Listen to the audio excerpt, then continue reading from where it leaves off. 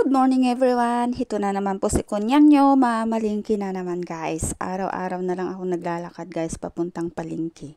Mahirap kasi mag-budget kaya kailangan araw-araw talaga para hindi ka mag-overbuy. So bibilin mo lang yung mga kailangan mo today tapos bukas ka ulit pupunta. Kind of exercise na din guys kasi lakad-lakad mga 30 to 1 hour, 30 minutes to 1 hour kang maglalakad. Kaya magandang exercise na din sa mga kagaya ko. Anyway guys, ito nga para yung mga buildings malapit sa amin since wala naman ako makitang magandang view.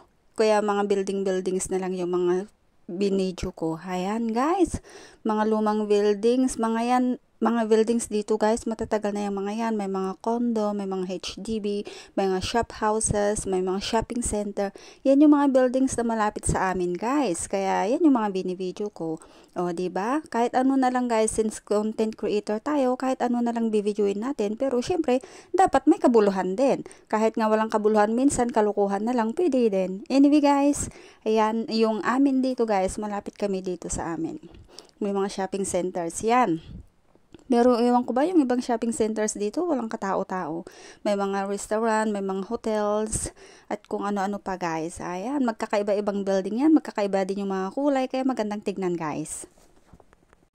Daldal na naman ako ng daldal dito guys, kaya ayan, dito na lang muna to guys. Ang dami ko pang gagawin mamaya sa bahay, kaya tatapusin na natin yung video para makabili na tayo kaagad ng mga kailangan natin sa bahay nang makauwi na dahil marami tayong trabaho. Ganyan talaga ang buhay ng mga kunyang. Bye!